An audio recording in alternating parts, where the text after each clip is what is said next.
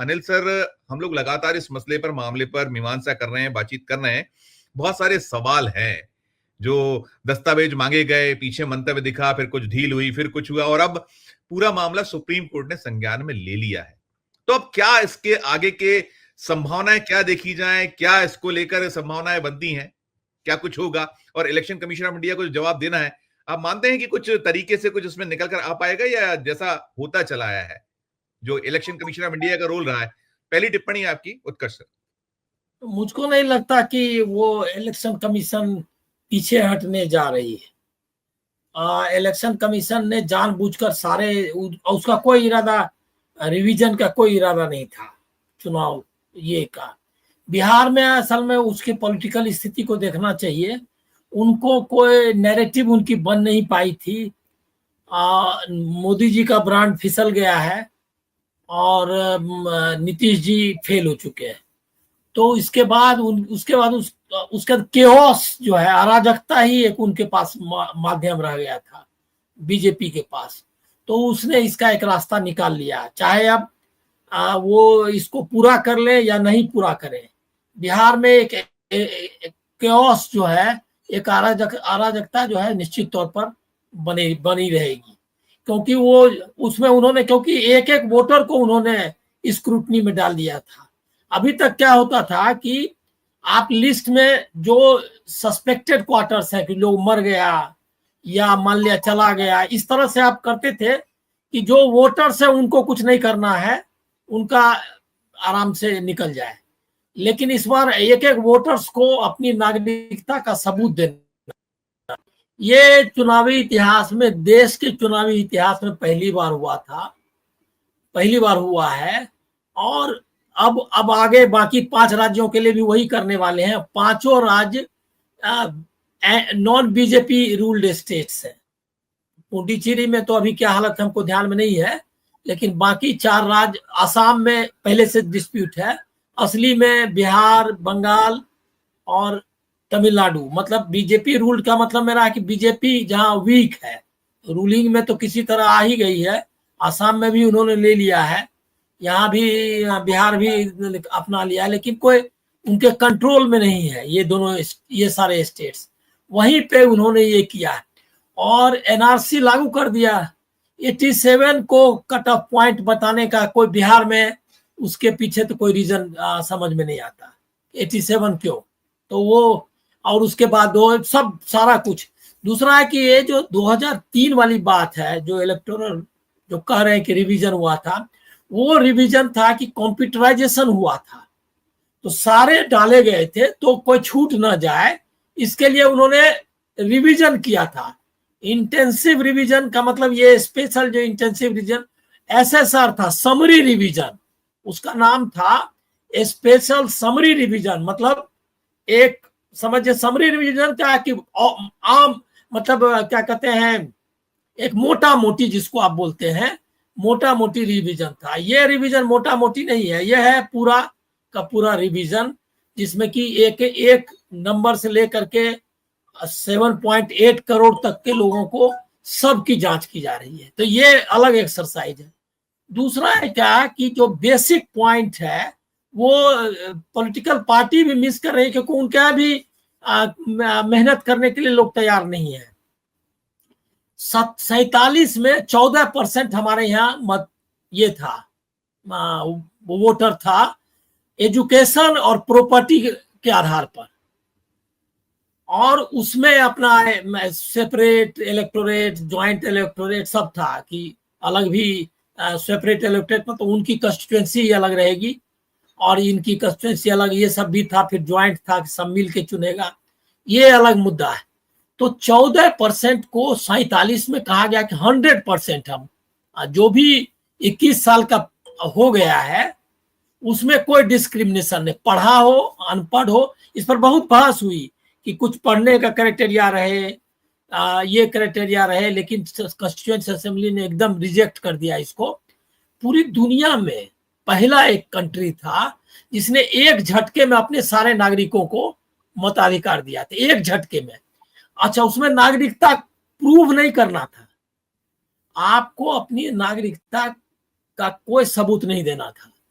वहां आपके घर आकर के उसने आपको नागरिक बनाया। मान लिया गया था कि जो लोग हैं हिंदुस्तान में वो सब भारत के नागरिक हैं, किसी से कोई सर्टिफिकेट नहीं। उस समय तो राशन कार्ड भी नहीं था, कंट्रोल का जमाना कहा जाता है। कंट्रोल के जमाने में राशन कार्ड से नहीं मिलता था, कंट्रोल पर चीजें मिलती थी, उसकी दुकानें होती थी, वहां जाकर के आप लीजिए, लेकिन राशन कार्ड नहीं था, उनके पास कागज भी नहीं थे।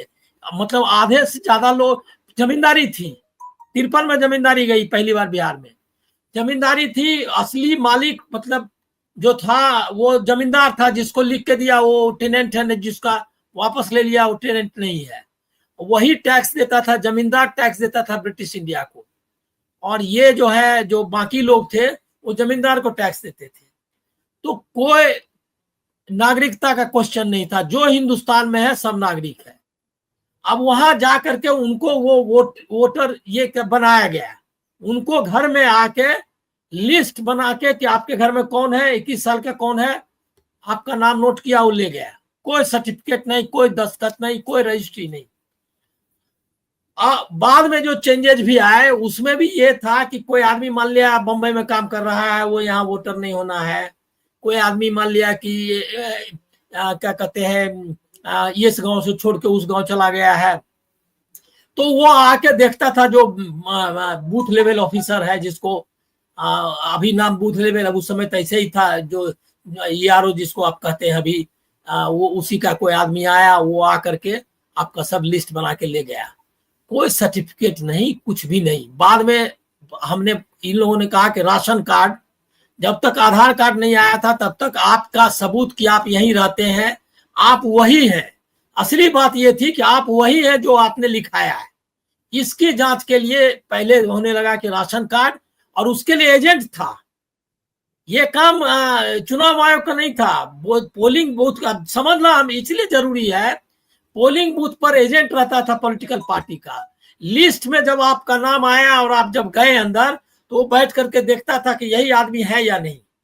तो वो कोई अगर एक आदमी ऑब्जेक्ट कर दिया कि ये नहीं है, तब फिर उसको साइड में रखा, और उसके बाद वो जांच हुआ कि भाई ये इनको साबित करना है कि नहीं। ये क्या मतलब हुआ कि आपको नहीं बताना है, वो कोई अगर ऑब्जेक्शन लिया तो आपको बताना है। मतलब उसको सिद्ध करना, वो पॉलिटिकल एजेंट जो बूथ का एजेंट था, ये एजेंट, उसको ये बताना पड़ता था पार्टी के एजेंट को कि ये नहीं है, ये आपको साबित करना है, आदमी को साबित नहीं करना है। ठीक बात। अभी अब क्या उल्टा हुआ कि अभी आपको साबित करना है कि आप नागरिक हैं, आप वोटर हैं, जो भी। ये है अंतर कि आपकी नागरिकता उन्होंने छीन ली। अब है क्या कि नागरिकता का कोई क्वेश्चन नहीं था, तो जितने आइडेंटिटी कार्ड थे उस सबको उन्होंने रद्द कर दिया है। अब वो सब नागरिकता वाले जो उन्होंने, अब बताइए बिहार में जो NRC है, नेशनल वो रजिस्टर जिसको कहते हैं, नेशनल रजिस्टर ऑफ क्या कहते हैं, सिटीजनशिप, वो रजिस्टर, उसमें 11 डॉक्यूमेंट में एक वो भी है, उसमें आपका नाम है कि नहीं। कास्ट सर्टिफिकेट में उससे क्या मतलब है किसी का वोटर का, वो अब परसेंटेज वगैरह सब अब हो ही चुका है कि कितने लोगों के पास है, कितने लोगों के पास नहीं है। ज्यादा से ज्यादा 40% लोग अगर सब तरह का इंतजाम कर लेंगे तो भी मैक्सिमम, ये योगेंद्र यादव को मैं कोट कर रहा हूँ, 40% मैक्सिमम है। वो भी कोई दस्तखत कर पाएगा, किसी के घर में BLO जाएगा कि नहीं। हमारे यहाँ जो हमारे घर पे बिहार में 5 दिन के बाद, मतलब कल या परसों दिया है, और अभी 26 तक खत्म हो जाना है, 25 तक उनको जमा करना है।